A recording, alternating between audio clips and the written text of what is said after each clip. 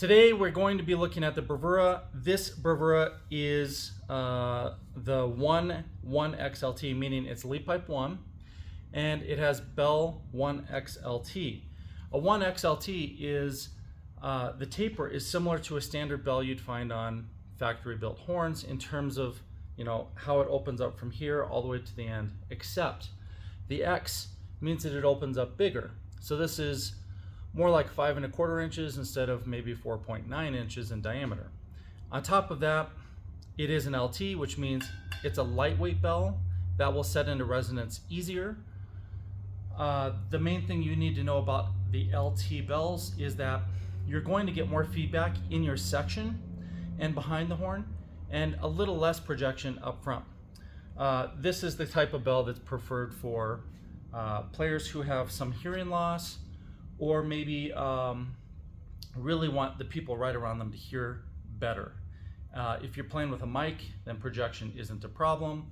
And in reality, because our horns are so efficient, projection isn't going to be a problem compared to any factory horn anyhow. The only way you'd really notice the difference is if you were playing this next to, say, a Summit or a Muse, or some other really high efficiency trumpet. The last thing I want to say about this one, it has the ZGR. This is the zero gap receiver. This is a free option on the Bravura Kickstarter campaign. This is a fixed receiver, so you just put your mouthpiece in, you don't adjust anything, but when you get it, you can adjust the end of your mouthpiece to find the exact gap you want, and it comes from us with close to a zero gap using a standard mouthpiece. A Bach and a Yamaha mouthpiece will fit in there almost to zero, and if you want to open that gap up more, then you just file the end of your mouthpiece off. We'll give you a file for free, just ask. And that is a great way to set up your gap in terms of having a specific mouthpiece to work with your horn. Remember, if you have less gap, you have more flexibility, more control, bigger breadth of sound. Less gap is almost always better. It doesn't mean you go straight to zero gap. You want to get there gradually because it is a learning process. But for those players who have figured out how to get closer to zero, they've discovered that there are a lot of huge benefits. I'm going to play this horn for you. I will not have zero gap because I'm using a Harrelson mouthpiece. I'll have a lot more gap because our mouthpieces are shorter to be more in tune than a standard mouthpiece. Let's play this.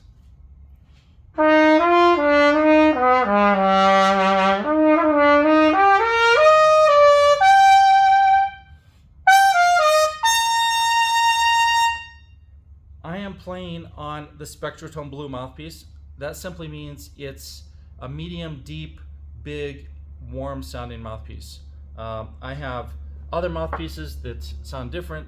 This is Spectratone Yellow. This is more middle of the road, more brilliant.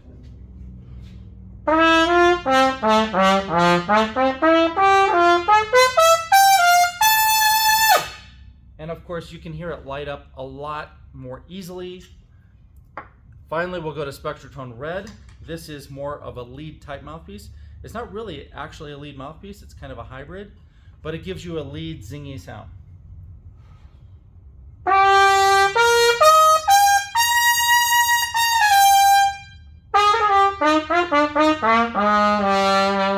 It's still easy to play in the lower register, which is one reason I like Spectratone Red a lot more than a lead mouthpiece.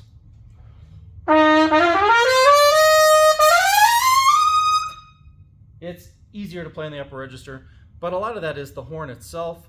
The stainless steel lead pipe makes it incredibly efficient. So normally on a brass drawn lead pipe, when you put a lot of energy into the horn, then the standing wave is going to set the tubing into motion wherever you have antinodal high pressure zones. I don't want to go too far into physics, but I'll just tell you this. It's physically proven in the lab, not just by us, but by tons of different labs who've done government research and transmission theory research, that when you have that kind of energy going through something like a tube or a wire or a structure, where the antinodes actually peak, where they happen inside the tubing, creates a high pressure zone that exerts force on the tubing and sets it into motion. And that motion is energy transfer. It's your sound energy becoming motion, and we don't want that motion. And the lead pipe is the first place you really lose that energy, unless of course you have a really, really thin mouthpiece. Most people don't have one that thin. If you did, you would know. It's like playing on a plastic mouthpiece, because they do it. If you play on a completely plastic, say Kelly mouthpiece, you can feel that all the overtones and the projection has diminished considerably, and that's simply because the plastic is moving more, it's robbing more energy right at the beginning, and because it happens right at the beginning, then it can't be preserved throughout the rest of the horn. And we want the beginning to be more efficient than the end. I'll explain that in a second. So the stainless steel does not move. I cannot, as a human being, put enough energy in to make this stainless steel lead pipe on the Bravura move at all, which means I can wail on the horn and it's not going to lose energy in this section. Now it can lose some energy here, especially because this one doesn't have the protection package. If I had the extreme protection or the tracking device like this one, then that actually is more efficient. It plays easier. That's one of the reasons that we offer that. And same with the bell crook section. If you have that on your horn, then it improves efficiency as well. And I know a lot of people watch these videos and they're like, well, that's not physically possible. How could it change the efficiency? What I'm saying is the energy that goes into your horn converts into motion. And if we have ways of preventing it from moving, we call that added inertia, then it will not convert either as much or at all. And that means the energy, if it's 100% here, we try to get to 100% all the way to where the bell starts to resonate. And that's our goal. And that's the goal of all Harrelson trumpets. And that's the secret. I've told it to so many people over the years, and I've had a few manufacturers that I know that are friends and I've helped over the years, and they've done it too. But most people don't get this concept unless, of course, you're open to science or you're a science-minded person, which explains why over half of our customers are in some scientific field or engineering. That's literally true. A lot of great trumpet players actually went to school and studied engineering or one of the sciences, and it just so happens those are the people that are drawn to Harrelson trumpets. Of course, I went to school for physics and psychology and trumpet performance, and I studied all those things, and that's why so many of you follow me. It's because you're interested in that and you want to gain those extra notes and the extra energy and the extra control from the efficiency gains. So let me play it again. I've got Spectratone Blue again. Now this time I'm going to practice doing stuff softer and then start to push it. But the reality is the hardest notes on the trumpet are almost always the soft notes. And that's because when you put that energy in, you have to overcome all the inertial challenges of the instrument when you're playing soft. So when you speak the very softest note, the reason there's a limit to how soft you can play is because those antinodes are actually exerting that pressure when you play soft as well. And if they're losing a little bit here and here and here and here, let's say I have 10 different antinodes in here because I'm playing a higher partial, when you're playing soft, all of that starts to move just as you start the note, and the note will not speak until you overcome those energy transfer areas, those inertial problems. So by adding the inertia in the right places, we can prevent that, and you can play softer. Now I'll say this. I walked in here this morning. It is 7 o'clock in the morning. I walked in here this morning. I turned the lights on. I put the camera on. This is my cell phone. And I came in here, grabbed a few VGR inserts, and I started playing on camera. So this is, unfortunately, you're going to see me in the raw state every time because I never warm up for any of these videos. So this is me, like I just walked in this morning, haven't played for days. It's not going to be the greatest, but I'm sure you're going to see how my demonstration really, shows how all this works, because it really does. And you're welcome to visit us and try it yourself.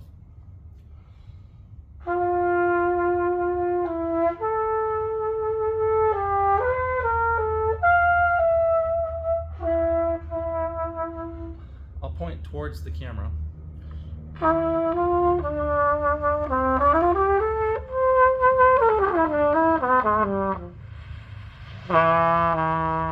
You hear at the very low note, I really couldn't get it to speak.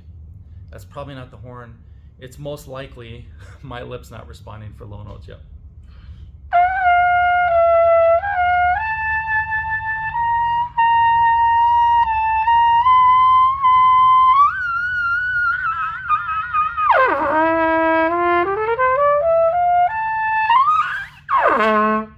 So that's very, very soft. Let's compare it to louder.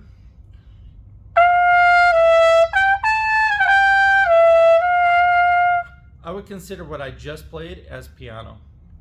Let's go to mezzo forte.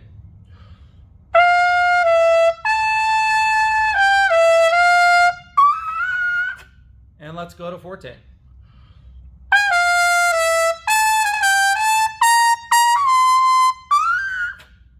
I should be doing this on a different mouthpiece, so I'm going to play higher. Let's go to spectratone yellow.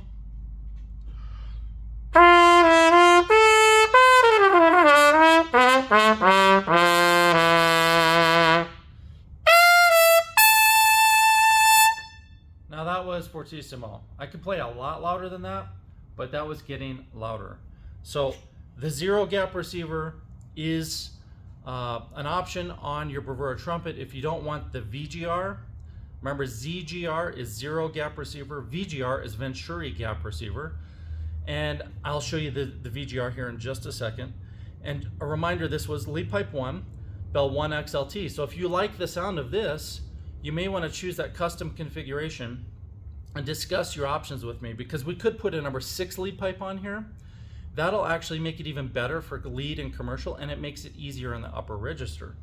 Number 1 lead pipe is very similar to a standard lead pipe you'd find on most factory horns, and a 6 is slightly smaller. It's actually closer to the newer Bobby Shoe model trumpets, and we offer other lead pipes as well. We actually, for this model, in the custom configuration, when you choose that option, I have made lead pipes 1, 2, 3, 4, 6, and 8.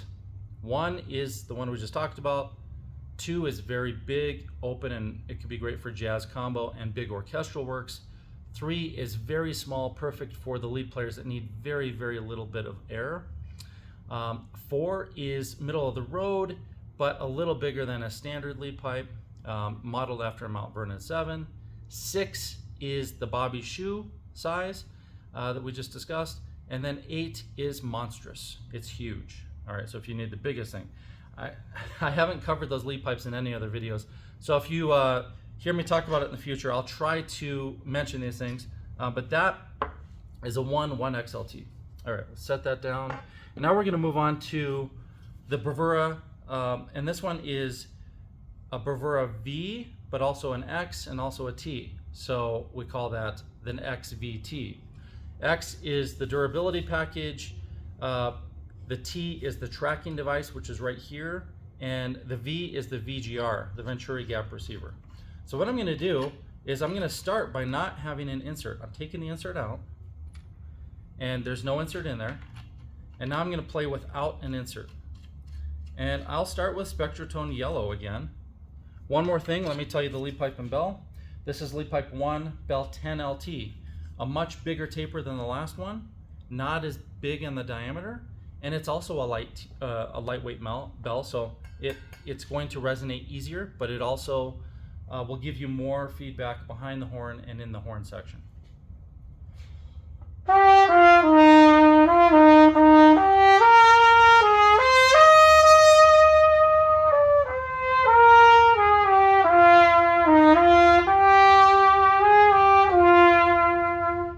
Now to me, this mouthpiece, spectratone yellow, sounds too bright for that kind of sound. So let's move back to spectratone blue.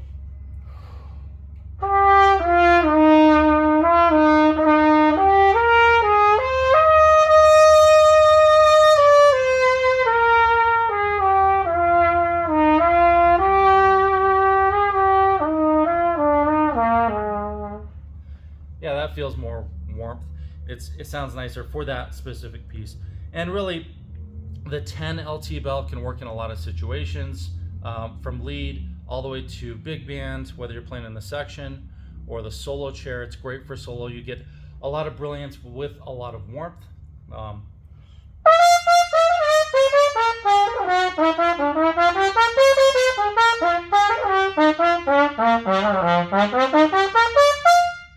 So it can really it has both sides of it.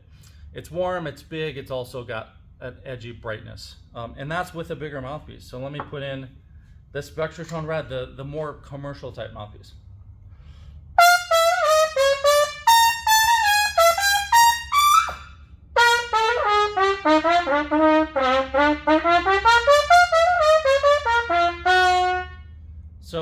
now it's more punchy.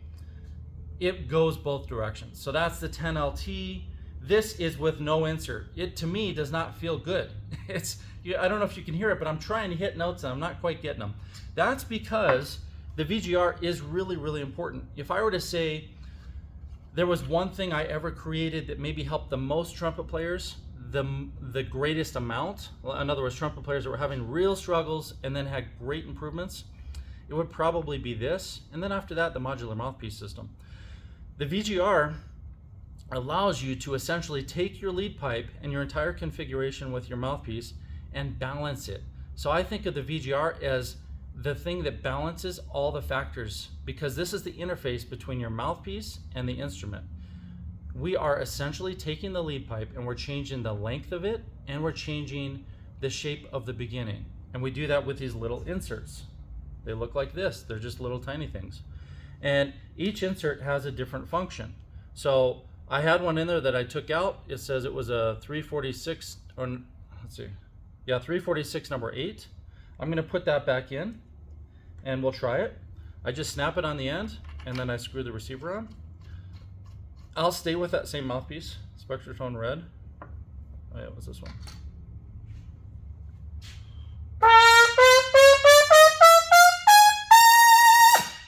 Now it feels right. It feels really, really good.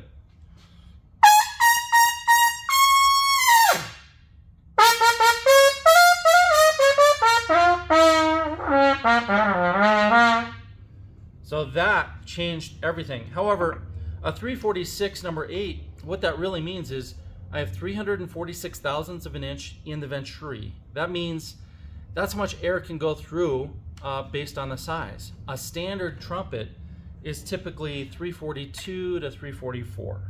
So this is a little bigger, it takes more air. What if we go to a smaller Venturi size? I've got one right here.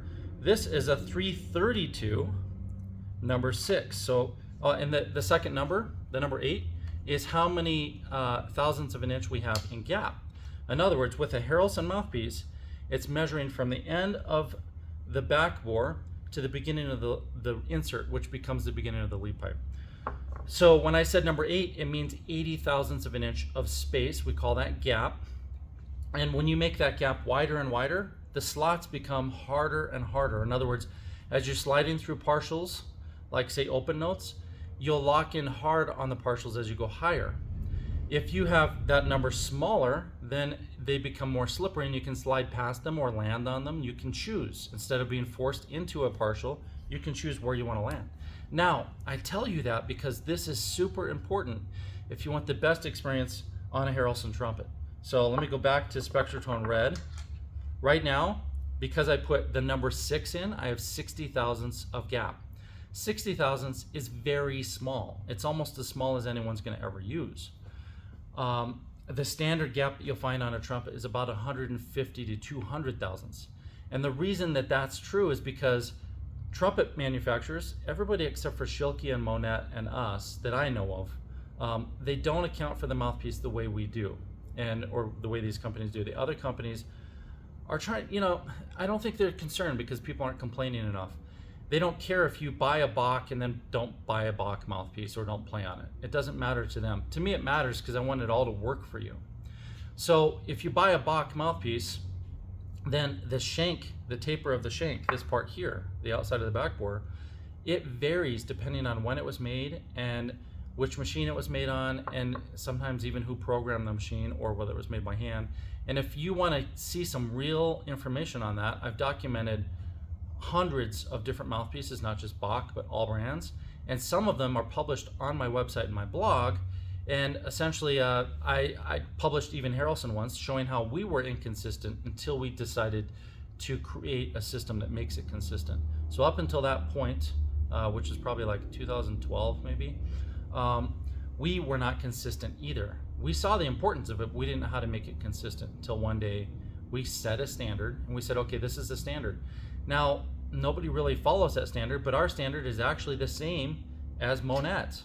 And the reason I chose that was because Monette had a standard. I didn't adopt his, but I did create a standard that's based on his original standard. So the length of our mouthpiece shanks is almost identical to Monette. and the taper is almost identical to Monette. And I say this because if your taper is more narrow, let's say it's not as big of a taper on the actual shank, then your mouthpiece will slide in further and it might wiggle just a tiny bit. And if it's too big, it might not go in as far and it might wiggle a little bit. And when a mouthpiece shank fits the receiver perfect, then you can put it all the way in gently and all the way in without putting any pressure. It will not wiggle. The reason it doesn't wiggle, my horn's wiggling so I'm trying to wiggle it. The reason it doesn't wiggle is because those two tapers are exactly the same. This is incredibly important. I don't know why there's no standard of, conformity for manufacturers of brass instruments, but my guess is it's because nobody wants to address the problem. But we addressed the problem back in, I think, 2012, so what, 13 years ago, and we've had consistency ever since. Every single one of our receivers and every single one of our backbores are exactly the same taper as each other. That's why when you put one in and you just barely turn it, you can't get it out. And even when you loosen it up, it can be kind of hard to get it out because every surface is touching almost perfectly. So there's a lot of friction there, which is why you don't have to push them in very hard. You don't have to twist them very much. If you do that like you're used to, then you're probably going to get it stuck. If the taper isn't correct, say you put a Bach mouthpiece into a Harrelson receiver, then you may have to push extra hard to make it work because you have to kind of alter the shape of the mouthpiece shank to make it fit more closely. But that also affects the efficiency.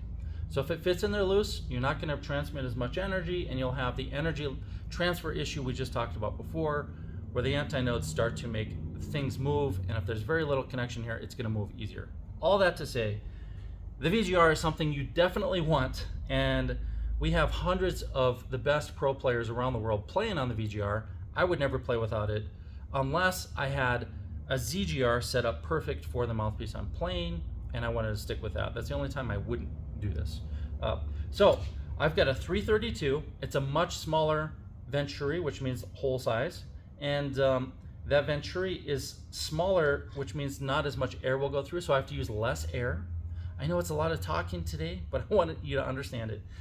Because I can use less air, I can be more efficient in using less air and making a smaller aperture in the upper register. Those go together, they correlate. In terms of physics, using less air volume, air flow, and increasing the frequency here, they all correlate to a smaller hole. That makes it easier. That's why you find true lead mouthpieces have smaller throats and smaller backbores, because that's actually what's necessary for higher pitches to be easier. You can still play them on big equipment, but for them to be easier, then you need to go a little smaller. I just changed this to become more of a lead horn. Now it's really, really easy. I actually overblew. When I played the C, it felt just fine, but I pushed harder to get up to a G, and I couldn't get it because I pushed too hard and it blew my lips open. I have to blow less air.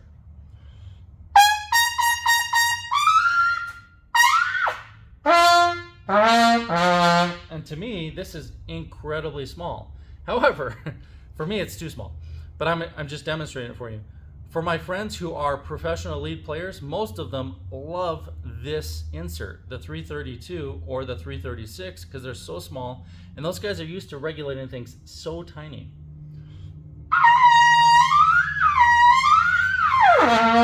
To me, it feels too small. But that's the beauty of the VGR. We try the extremes. We go very, very small. We find out which one doesn't work for you because it backs up. I could learn to play on it if I want to. And I've spent time where I could play on the 332. If I give it a few minutes, I'll probably get there. But it's such a little bit of air. For me, I like to put more air in. I don't necessarily need monstrous amounts, but I might move up to something like a 340 and then see if that works. And if a 340 works well, then we find the right gap version of it, like the distance between the shank and the lead pipe.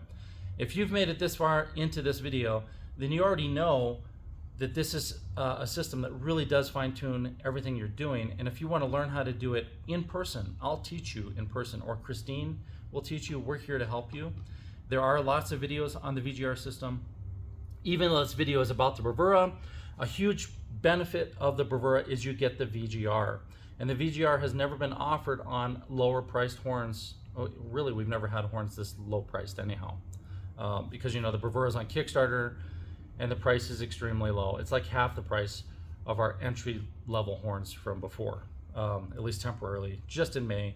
So to get a $300 upgrade for the VGR, you're talking like, this is an incredibly capable horn that, not to compare it to every horn out there, but in the Harrelson lineup, it's basically like buying a Summit with just some slightly different features, like a different type of a tuning slide and a lead pipe and bracing. Still very efficient, extremely resonant, and you're getting it for like a third the price, which is completely ridiculous.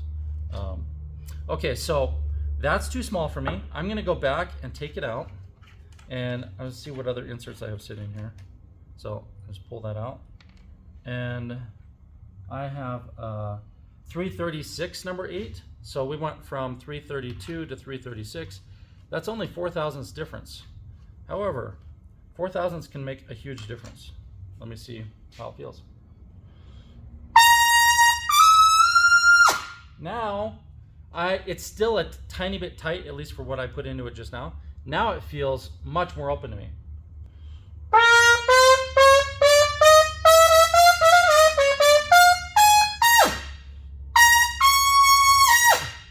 Yeah, that feels really, really good. And it's so easy, and it's so big and vibrant. It's, I honestly, like, I can't believe that I figured out how to use these materials this way, and it turned out to work so well. It almost makes me want to cry, because I've worked on this for so many years, like tried to get horns that are affordable in your hands, and it's been very challenging to learn all these technologies and get to this point. Now let's try one more VGR insert. This one is essentially, get that one out. Come on, there we go. This one is the number 18, and the number 18 does not have a shoulder in it. What I mean by that is every other insert has a shoulder, which is essentially the shoulder that mimics the beginning of the lead pipe. That's what makes it adjustable. This one has no shoulder. We call it the number 18 because it's 180 thousandths of gap, but actually it's whatever gap setting your mouthpiece creates. So if you're playing on, say, a Schilke mouthpiece and you've got a Harrelson trumpet and you want to make this work for you, then the first thing you want to do is maybe use a bigger gap insert, like a 12, 14, 16, or the 18. And the 18 is basically a through hole. So if your shank was really long, it would never hit a shoulder in the insert at all. It gives you more freedom that way. Sometimes it's the worst insert, actually most of the time. But for those of you who play on really long shank mouthpieces, like say a custom mouthpiece, or one where the shank is worn down, or it was cut just funny and it goes in too far, or a Schilke, then chances are the 18 might feel good.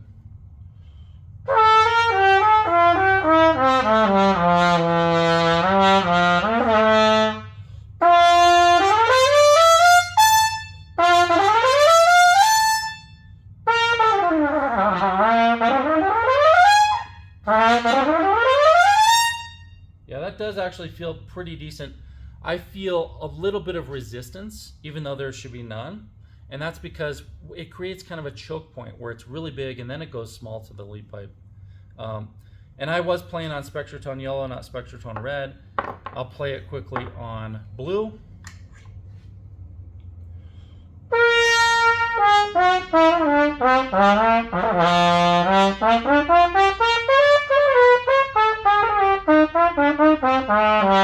That actually feels comfortable.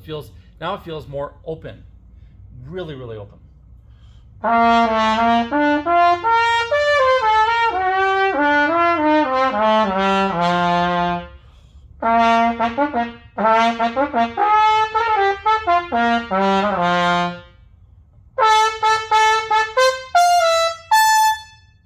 now when I play in the upper register, it's actually a really big full body, but that 10 LT bell reminds you that there's some edge and you can have that when you want it.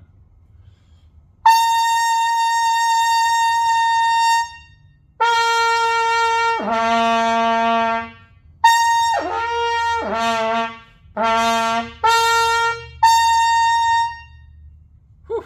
All right. Remember, all of this was filmed on my Samsung Galaxy S, whatever it is, phone. And this is just me playing. If you want to hear yourself play these, you're welcome to visit us in Denver.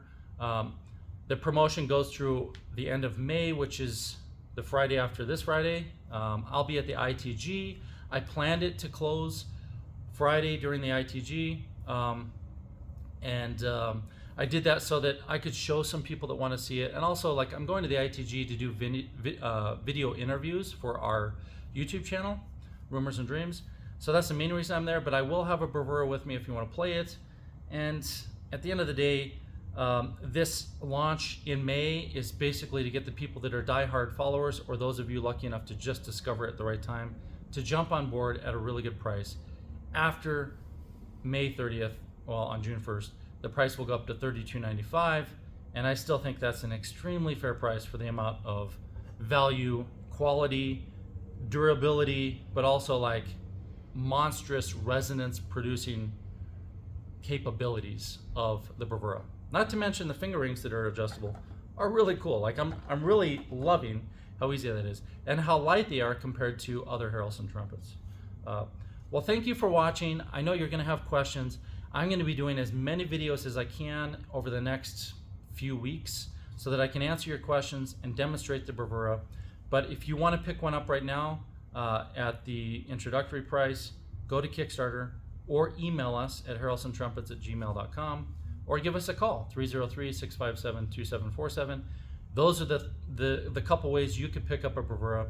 And if you want the custom configuration, it's only available during the month of May. And that custom configuration can include any of our bells. That'll only last through May. After that, we will not offer the bells, all those bell options on the Bravura. After that, you'll probably only have 3, and that's a Kickstarter exclusive. So, and it's only $100 extra to do that. So you could be getting like an $800 bell upgrade for very little. So thank you for watching. I will show you one more time. I actually have a bunch of Bravuras sitting here. So I only played on 2 of them today, but we have, now we have like, by the end of today, I think we'll have 8 Bravura trumpets. So if you want to stop by and play them, we're right here in Denver, Colorado. Thanks. See you next time.